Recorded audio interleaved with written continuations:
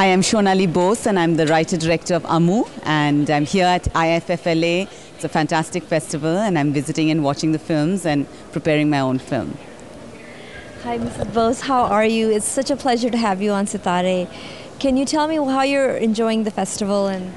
Well, today is just the second night. I've seen 3 films and we just finished watching Nandita Das's debut film, Firak. And in fact, 2 festivals ago, we were sitting together and she said, I have this script, I'm really struggling to try to make it. Pata nahi kaisa hoga aur abhi bani gayi. So I just can't believe it. Bani gayi and it's in the festival.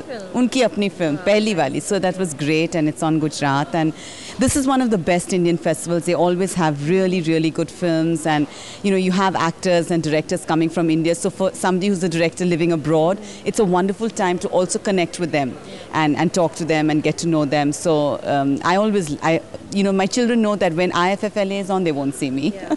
Well, it was really nice to catch you this year because I saw you last year and I didn't get to catch you. So it's really good to talk to you. And your film, Amu, was such a touching and important film. Can you tell me something about Amu, some trivia that someone might not know about Amu?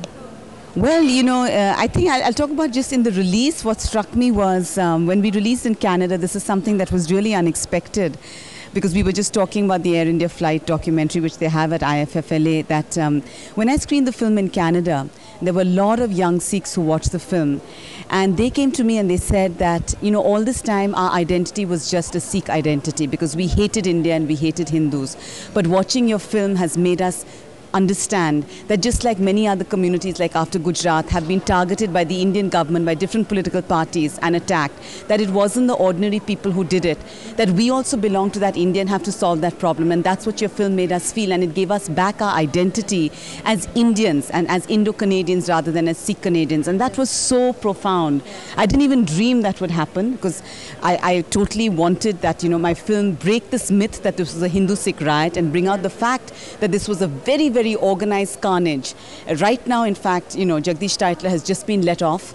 So many years have passed and still, so it's a very relevant issue right now because as we're talking right now, that CBI inquiry just finished. Yes. And it's so shocking that justice has still been denied so many years after 84, so many years after Gujarat, justice is still denied. And it always makes it seem as if it's Hindus against Muslims, Hindus against Sikhs, when actually you yourself who are shooting this film told me the story of how your father hid people and brought them safe. And this is the story that I hear all the time when I talk about Amu, that, we saved people, we hid them in our houses. And that is really... So many Sikh families that took shelter in my grandfather's home. And because, they're your family members. In India, neighbors are your family members. Yes, absolutely. And that is the beautiful spirit of India. And, that's so important that when we even talk about ugly things like communal violence, that we remember that the beauty of things like that is how people come to the aid of each other. Because always the media tries to project it that people hate each other, when in fact people actually come to each other's aid.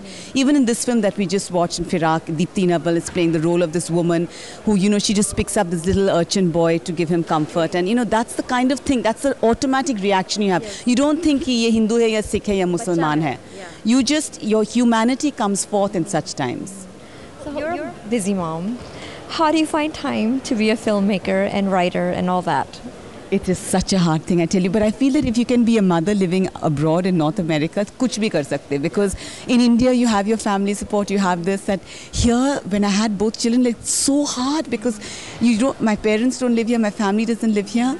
So I think if you can manage being a mother in North America, you can do anything. But it is really hard to be a filmmaker and a mother, I must say. But my husband is deeply supportive. I couldn't have done it without that. And our next film, in fact, we're co-directing it. Because now the children are old enough, they're 11 and 15, that we can both leave them. Otherwise I had to leave him and go. But now we can both leave them and go and make our next film, which we are hoping to make at the end of this year. So what is are you going to discuss anything about it? Yeah, absolutely. Okay. It's called Chittagong. It's an uprising against the British that took place in 1929, a teenage rebellion where young people rose up against the British and said, we can do it, and they did. And it's a militant uprising which is completely unknown. Like we know about 1857, but we don't know about this. This happened in Bengal, and because it was suppressed, because there was such an attitude about violence. But the thing is that what's not talked about is the violence of the British or the violence of the rulers. So they can do any kind of violence, but anytime a young person takes up a gun or does anything, there was this whole Gandhian thing of suppressing that and saying these people are terrorists, but they were not terrorists. They were freedom fighters, and they were young people who did it, and it's a wonderful story. And in fact, Abhishek Bachchan is really interested in playing one of the roles, you know, but it's still, nothing is closed. We are just in dialogue. But we were making it as a Hindi film, even though it's a Bengali subject, to reach mainstream Indian audience. And hopefully, you know, that'll be coming out 2010. India, like if you look at even like the vernacular literature, if you look at Punjabi literature, you look at Urdu literature, Gujarati literature, and you know Malayali. I mean, we have a lot of rich vernacular, and I think the bad thing of the Hindi film industry, which I love Bollywood, I love Hindi films, but the sad thing is that there's such a suppression of, you know, because it doesn't get the limelight like the vernacular literature that's, you know, been written about, the films, the poetry and all those, they don't get the same limelight as Hindi mainstream. And this is a problem, I think. And I think it's really important that as artists that we strive to keep that alive, because it's not just Bengal. I think every part of India has fantastic folk traditions, folk culture, you know, the music, every part of India. It's like India is like a Europe, and each state is like its own nation with such a rich cultural history and language. And we have to really keep that alive and make sure that it doesn't just become Hindiized and completely suppressed. And already we see Hindi filmon mein commercialized, and already we see that bilkul wo bhi itna westernized ho gaya hai ki, you know, that there's a loss of what is Indian in a certain sense. So I really feel that we have to keep that alive. So for us as Bengalis, maybe that's what we're trying to do. And that's what we try to do on Sitare, is we try to bring the old, you know, talent and show the young people, show the, you know, that we have a lot of talent in the Indian communities, not just, you know, typically aaj zyada bahut Western influence ho gaya. We need to go back to the roots as much as possible and see what rich culture that we have and feel proud of it. So thank you so much. I'm really looking forward to your next film. And say the name again. Chittagong. Chittagong. And it's about teenage... It's a teenage rebellion against the British. Very nice. So thank you for being on Sitare, and thank you for meeting with me today. I've been looking forward to meeting you, and I love Ammu. It's just a fabulous film. And I know you've seen it, but you can always go see it again. It's available on Netflix or on our website, amuthefilm.com, or in any Indian store, except not in Canada, but in the US, the Indian stores have it too. Okay. I'm Shonali Bose. I'm the writer and director of Ammu, and you're watching Sitare TV, one of the best channels that exist in Northern California.